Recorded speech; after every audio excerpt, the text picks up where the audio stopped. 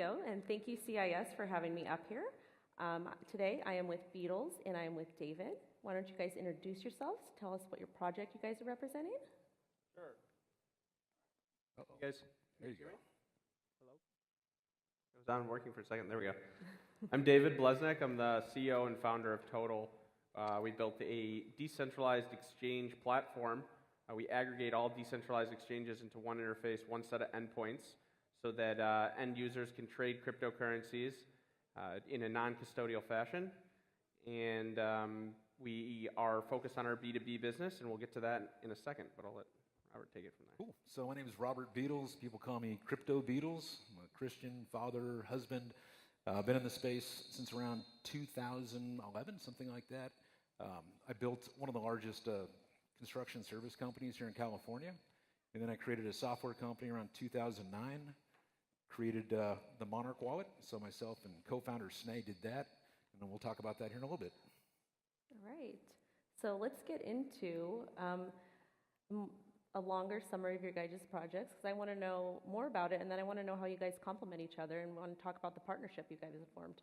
Yeah, so our project started late 2016, early 2017 as an idea to offer decentralized exchanges to everybody in a way that was usable and was much more advanced in terms of the user experience than what existed in that day, which at the time was mostly just Ether Delta. And becoming enamored with decentralized exchanges, we quickly looked at the other solutions that were coming online, like Kyber, Bancor, 0x, and their relayers. And there are plenty more now that are out. We have 14 exchanges integrated into our platform that you can use today. So that's really in sum what we were trying to do is create one set of endpoints, one solution for all of decentralized exchange.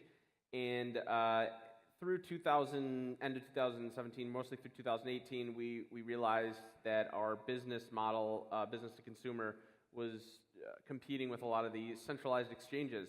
And so our marketing dollars weren't really going quite as far as we had hoped. And we pivoted more to a B2B model. So now most of our focus is on supplying other softwares with native exchange functionality. So Monarch, great solution, user-facing wallet, and Totle powers an ERC20 exchange. You've probably already seen that announcement on social media, but starting today, you can trade all of your ERC20 tokens natively inside the Monarch wallet using Totle's technology.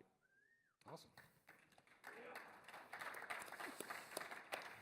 All right, so with Monarch, it's one of these things that I've been in the space for a long time, and my friends and family, they were constantly asking me about cryptocurrency, and so we ended up putting together like a YouTube channel for them. And basically I'd interview founders and CEOs of all these different cryptocurrency projects, and to kind of help with crypto adoption, we actually give away $100 of Ethereum on every single one of these episodes.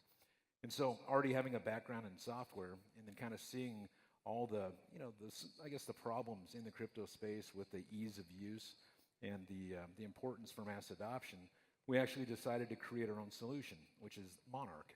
And so Monarch is kind of like the best of everything all in one place. So you can download it right now in the Apple Store or the Android Store, and you're going to have a decentralized wallet. Because as you guys know, if it's not your keys, it's not your crypto, right?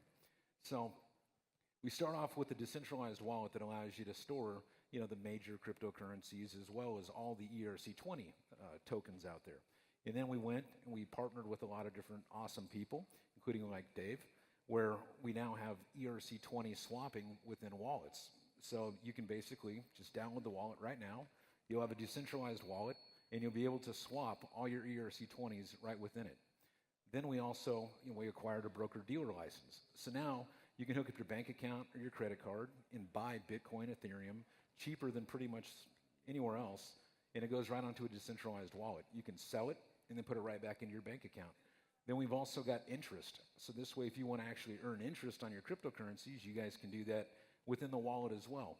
And this is just like the beginning. You can also, track your portfolio. You can see the market cap. You can see the news. You control your seeds and your crypto. And then here we're going to be adding, and everything I just mentioned right there is live now. So this isn't like some white paper promise. This is something you guys can actually just download it right now and tell me if you like it, you love it, you hate it, whatever. But here shortly, we're going to be adding loans, so you'll be able to get loans on it. You'll be able to crowdfund an idea or grow your business. You'll have tax compliance, so that way you'll know exactly, what you spent and, what your liabilities are. And then, we're going to start adding more of the traditional, things as well. Like, so when ETFs and baskets like that become available, they'll be there for you as well. Basically, anything and everything that you want to do in cryptocurrency or finances, you'll be able to do from one spot. Basically, just, the best of everything in one place. And that's pretty much just the beginning. All right, well, let's talk about mass adoption a little bit. We all know that, I want mass adoption to be here, but it's going to take some time. There's some things that need to get into place first. So as far as Monarch goes, I was reading that you guys are able to assist merchants in transactions and then having them convert it right back to fiat after they accept crypto. Can you tell me a little bit about that? Yeah, so some of the things that we do that I didn't mention that is actually live right now is if you're a merchant and you want to actually, accept cryptocurrency but be paid in fiat, we allow for that integration as well. Then we've also got a patent out there for decentralized reoccurring payments. So that way, if you want to hook up your Netflix, your Google, like your Google Play, or if you want to pay your house payment, your mortgage, car payment, any of that kind of stuff, you guys will be able to do that here shortly as well. So all that combined allows for people to control their finances anywhere in the world. They basically are their own bank. It basically combines all the coolest things that you could possibly want to do and the most useful things you could ever want to do, and you can take them with you anywhere. And so, some of our partners, our advisors, we've got like the co-founder of LinkedIn. We got Eric Lee with us. We've got Alex Mashinsky, with Celsius. We have Roger Ver is our, primary investor, partner, advisor, all that kind of cool stuff. We got David Zembeck, the creator of the smart contract, the creator of the PEG, the first real estate transaction on the blockchain. We got Dimitri with Genesis Vision. I can go on and on. But we have all these incredible people that are a part of Monarch, and they're all working together to bring, mass adoption. And through all of our different platforms and all of our different channels and networks, we're able to actually start, affecting change. And just like with Dave here, now people, they can just download the wallet and start swapping ERCs today in wallet. So Dave, how do you see Totle how do you see Totle aiding with mass adoption? Yeah, I mean, it's a really good subject for this talk, especially for this integration that we just made, because, as you hear Robert saying all the time about bringing this to mass adoption, bringing all these great things into one place, making the user experience more familiar, much easier for people is going to continue to drive this mass adoption. And it's great to see all groups, Coinbase, Binance, others doing great things to improve their interfaces, to improve the adoption. So from our perspective, really, it comes from business as usual. So this is our first real, I'd say, prominent integration that's going to drive lots of volume through ERC20 token exchanges, but we expect many more, and we have plenty others in the pipeline. And this great partnership just shows how easy it can be to just swap tokens in a completely decentralized way, as long as we built a certain part of the stack, and Beadles was able to provide the wallet. So by bringing those together, we're able to provide an excellent product for people to use. So mass adoption, really, for in my opinion, really just comes from business as usual, getting our product integrated with more and more interfaces, more groups like Monarch. And to kind of speak to the importance of this, I mean, if a user goes on and say they want to start buying or swapping ERC20s, they need to belong to like a ton of different exchanges. And so with Totle and Monarch, basically we brought about 14 different of the biggest, decentralized exchanges out there, all of their liquidity, all of their tokens, and allow them to be available in one place for the user. So not only are they saving time and money, but it's all done where we don't even touch the currency. So we never touch the tokens. We don't ever take custody of it. It's all done through smart contracts. So, I mean, it happens like instantaneously. It's like super fast. So, you looking for a CMO role? I got enough hats. No, I was just going to ask you about that as far as being a custodian of the token. So with Totle, that actually allows that you guys don't have to be custodian, and it makes it really decentralized. We never actually touch the crypto. Yeah, with Totle, you don't have to take any deposits. If you're a wallet or another software, you can plug into our solutions, and what happens is the end user, they'll download Monarch Wallet, and as Robert was explaining, the private key will be right there on their local device.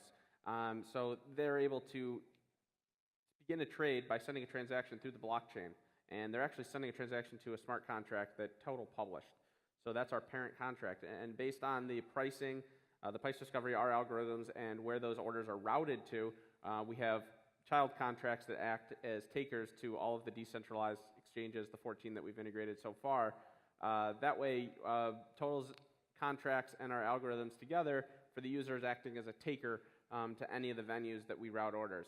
So yes, you don't need to take deposits since everyone's trading directly from their device. You're not a counterparty to any trade since our technology is just finding the peer for the trader, and that's why it's a great solution for wallets. There were other solutions in the past that were for wallets for trading tokens that have exited that space due to regulatory issues because they were the counterparty to every trade. So if you're a centralized exchange, it's very hard to implement into stuff like wallets because being that counterparty, being that custodian, you're going to run into a lot of regulatory issues. By sticking to the peer-to-peer model, we're able to remove ourselves from a lot of that onus. Yeah, no, it's great, and it's your keys, and it's your crypto. Well, Beadles was just showing me backstage. He went ahead and showed me how to buy 2 BAT tokens, super easy, and it was instant. And there was no pulling your ledger out, no plugging it into the computer, no logging onto an exchange with 2FA, and transferring it and then waiting for it to clear. It was instant. That's the goal, is to basically just take the best of everything and bring it to one place and make it just, stupid simple to where it's just super intuitive. It looks like it's a centralized solution, but it's not. It's like kind of like Facebook. You just push that thumbs up button and it works. You don't know why, you don't know how, but it does. That's how this is going to be. That's how everything is right now already decentralized. Yeah, I think that the idea of point-and-click solutions, making these, and I kind of touched on that just a couple minutes ago, but really making interfaces that are familiar. So we're getting really close with staking and some of these that you mentioned, lending and interest using Celsius. I know you're working with Mashinsky.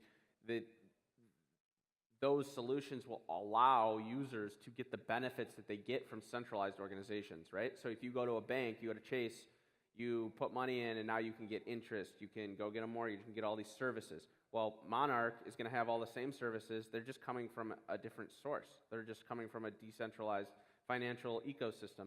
So there's this slow progression that we're going through where you're going to be able to access all of the same services that you could get from a central authority or a centralized institution like Chase or Bank of America, and you can do all of that through unregulated, or I should say decentralized financial solutions. Yeah, and so that was one of the things in the very beginning. We wanted to make sure we stayed compliant. So we didn't want to, run the risk of, basically being a security token out there talking about things and really being a utility token. So from the very beginning, we created 2 tokens. So we have a true security token and we have a true utility token. And so that way, with our acquired broker-dealer license and everything that we do with our legal team, we're doing the best that we possibly can to make sure that we comply with these rules and regulations that don't exist. So, it's like, that's why from the beginning you get a security token, for accredited investors. And it's really what the regulators are asking for at this point. I mean, there's a common sense approach for the groups that are doing these, and you guys are, just like many others and ourselves, following the rules that you can, and then making best efforts from there, which is good legal advice. I mean, I'm not a lawyer; it's not legal advice, but doing the best you can in these gray areas. So, it makes complete sense. And Ryan Calder, thank you for the water. Yes, thank you. Blockchain Beach, wherever he is. They're around here. Awesome. So quick question, since we're talking about laws and regulations, the SEC, they released some documents last week. How has that impacted the business so far? Or? So, as far as the 13-page report that came out? Yes. So, like I said, about 2 years ago when we decided to do Monarch, there was something that I was afraid that things would just end up being security tokens. Right. And so that document, and I'm not an attorney, but when I read it, it basically paints everything as a security token. So besides Bitcoin and Ethereum. Well, yes. Ethereum, the jury's still out. Right. It was kind of like, if you read about it, it was actually like announced, and from what I hear, they never said that it was cool, right? So the jury's still kind of out on that. But when I read the 13 pages, and not being an attorney, it just to me read like everything is pretty much a security token. And so it just kind of rang true to why we built it the way we did a couple years ago when people thought I was nuts for building a security token and a utility token. So, I'm not sure what it's going to do to the community as far as all the projects that are out there that, may be securities. They may get a slap on the wrist. They may get a fine. They may shut down. I don't know. But compliance is huge, especially in this new market. So people really need to look at their project from a legal perspective and be like, okay, am I really a security? And maybe maybe start taking precautions now. That's great. Yeah, this is the only area we may start to fray on in terms of our opinions. But I don't think that it's just. I do agree with you that most of the tokens out there are securities. So there's the ones that have been issued, the ones that people are doing, and the reasons that they're doing them. Those are securities. My opinion that I guess counters a little bit of that is that we're a much stronger believer in the utility token world, and it might not really be a difference of opinion, more so as a projection for us. We're projecting that the utility token space is in the long term going to be much larger than the security token space, and the thesis around that is has to do with all of the sort of assets and the instruments that are yet to even be seen. So I would agree that a lot of the work and a lot of the fundraising that happened, especially in the 2017 boom, fell into exactly what you're saying. I guess our view is more what's to come. Maybe it's not even developed, not quite there yet. Because in that 13-page report, there definitely was a very limiting utility token definition, if you want to call it that. But my opinion is that'll open up as they kind of head down the road. Well, we're going to have to, right? I mean, if the U.S. is going to stay dominant, they're going to have to basically, look what tech has done for the U.S. over, the past, 20, 30 years, right? If we don't have cryptocurrency here in the U.S. or people are too scared to do it, it's going to go to other countries, as people know. So there's definitely going to have to be some give and take there, but there's an abundance of tokens out there that are security tokens, and they've been marketed, as utilities, but they hit every single prong on the Howey test. Yeah, it's difficult because a lot of these tokens, if you let's assume these are all securities, you create that classist separation of who can participate in trading those assets, and to me that's the biggest issue. In a lot of other countries, you already have regulation in place to combat that issue or to not even address the issue in the same way, right? So you have some really great crowdfunding laws in the UK, or some great crypto asset laws in the UK. And so there's that, and then there's other island nations that are popping up with them. So I don't know how they're going to be able to. It's confusing to me, or I'm unable to see the light yet. But it's still very, very early as to how they're going to change the current system here, because there will need to be, in my opinion, again, some drastic change in order for them to be competitive long term. Exactly. Now, all I'm saying is currently, right now, it looks like securities. It's tough. New regulation. Yeah.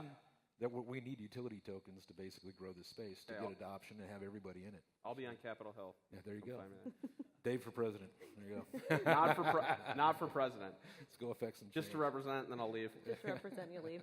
So let's talk about another topic. I want to know about transparency. What are your guys' companies doing with transparency in the space? Because we all know in 2017, there was a lot of companies with a lot of issues. People weren't being transparent. There was all these shady things, all these interesting things going on. So yeah, it ties very well into our product and our ethos.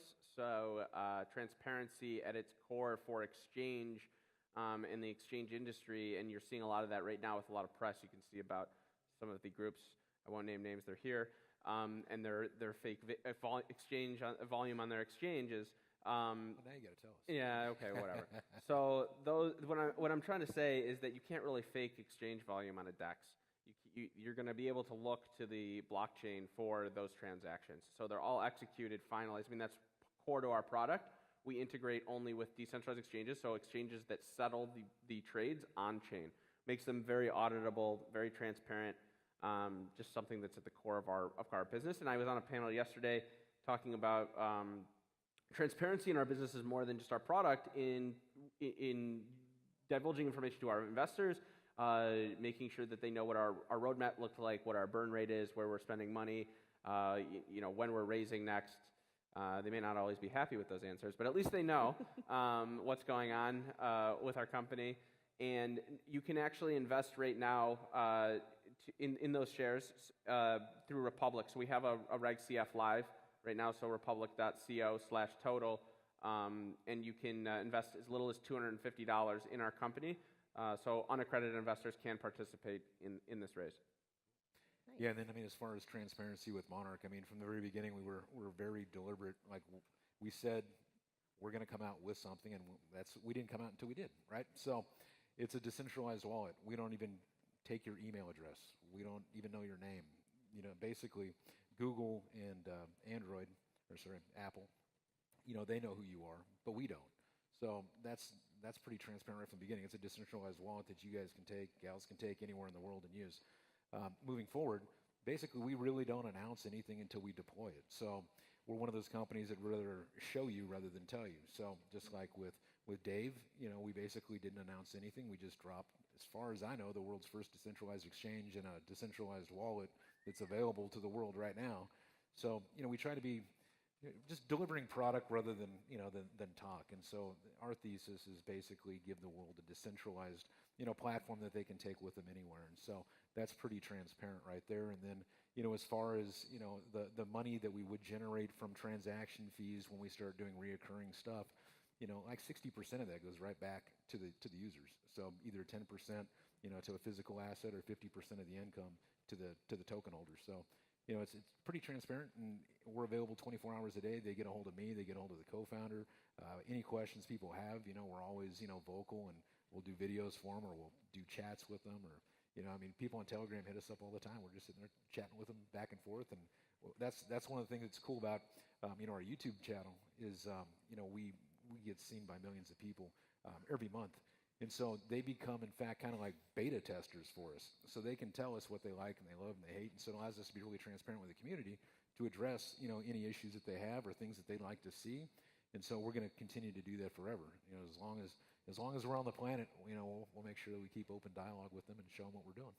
I have two more questions for you. One I want to ask about really quick is KYC with Monarch. I know that a lot of companies, a lot of exchanges are forcing their clients to use KYC and AML. How are you guys able to not do that? Sure. So with the decentralized wallet, it's just that. I mean, it's, you know, there's nothing that we know. As soon as they elect to start using fiat services, so we acquired a broker-dealer license, and so we have to be compliant. So our banking partner, as well as our interest partner, collect the KYC data. So they elect at the moment they want to start using, you know, fiat to buy crypto or to sell crypto, that they have to KYC and AML to be compliant. But that's done by, you know, the bank or by, you know, our interest partner, Celsius. So they handle that stuff. We don't store it. We don't keep it. It just goes from the fields in the phone right to our partners. Okay. Yeah. And that is one of the drawbacks, too, is we have our partners do the KYC. I'm just being transparent. You know, you have to KYC, you know, for our fiat services, and then you have to KYC for the interest services, because each of our partners do their own KYC. Eventually, we may, if the community thinks this is a good idea, we'll do the KYC, and then they can elect who and which partners to send the data to. We may do that, but again, that's if the community asks for it, because they're tired of KYCing for every service. Yes, I actually just did KYC for the first time the other day, and I was like, "Are you kidding me?" Yeah, it was can be a a pain lot. in the butt. Yeah, it's a big pain in the butt, but at the end of the day, we do have to comply. So before we get going here, we do have got a little bit of time. Let's talk about any special announcements that you guys can talk about, or anything exciting you guys have planned for 2019. Yeah, that we can talk about. you I think. can. Well, we'll see some. I'll pry it out of you. We'll see some more. We'll see some more wallet integrations as the next few weeks go by. We have some really exciting partners to announce. In addition to Monarch, it's great to have them be the this use case for us. They've been an incredible group to work with. If you're thinking about working with a wallet or downloading a wallet, obviously Monarch. We're definitely excited about that integration. We're also looking to add more exchanges to our application. We also are developing more endpoints. We have a couple other products coming out at the end of the year, payment solutions. So you can see a lot of the detail on there from on our website. But other than that, stay tuned. You can join our Twitter and our Telegram, and you can see all the new companies that will be using Totle in the back end. Cool. And kind of like I had just mentioned, we normally don't talk about things. We just deliver things. Right. You know, and so we're going to be doing a lot of that. So a lot of the things we just talk about things. We don't. Yeah, that's all right. Not everybody can deliver. But we have a lot of things that we'll be delivering on, you know, over the course of the next couple months. One of the things that I can mention, because we're already doing it, is, like I said, Roger Ver is, one of our lead investors, our partners, advisors. SLP is something that Bitcoin Cash is doing. It's called Simple Ledger Protocol. So we're integrating that into Monarch, and that will be live, within the next week or so. So that, I gave you something before it happened. But Thank you. So there Thank is, you. but I already talked about Roger. So anyways, that'll be live. And then for announcements, if you guys want some free crypto, who doesn't love free crypto, right? So just stop by the Monarch booth, download the wallet. One of the guys there will give you 100 Monarchs, so that way you guys can use those and keep them, store them, do whatever you want with them. Trade them on Total. Pay your Also, bills. get have a great tool right there at the palm of your hands, and yeah, man, just stay tuned. MonarchToken.io. All right. Well, Cool. Thank you, Wendy. thank you for having me. It's been great. Thank you, everybody.